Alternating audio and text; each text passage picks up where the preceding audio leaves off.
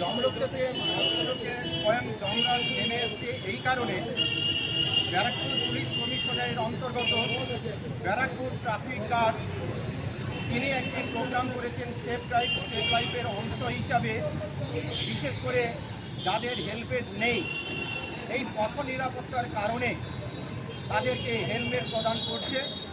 এবারে ওনারা আমাকে বলেছিলেন, আমি আমার মস্তিষ্ক প্রসূত চিন্তাধারায় ওনাদের এই প্রপোজালটা দিয়েছিলাম, ওনারা সেইভাবে প্রোগ্রামটা প্রস্তুত করেছে।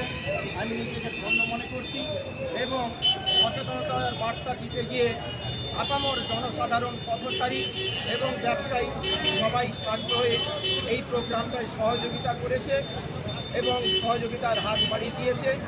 এতে ব্যারাকপুর ট্রাফিক যেমন ধন্য মনে করছে, আমি আমার এই পরিকল্পনার জন্য নিজেকে ধন্যবাদ করছি। সেই সঙ্গে আপনাদের ধন্যবাদ জ্ঞাপন করছি, কারণ আপনাদের চ্যানেলের মধ্য দিয়ে আপামর জনসাধারণের কাছে এই সৌজন্যমূলক বার্তাটি পৌঁছে যাচ্ছে। আশা করি সবাই এটাকে গ্রহণ করবেন এবং সচেতন হবেন। ধন্যবাদ সবাইকে। আমি এএসআই ট্রাফিক স্বপন কুমার বেরা। আচ্ছা, হেলমেটটা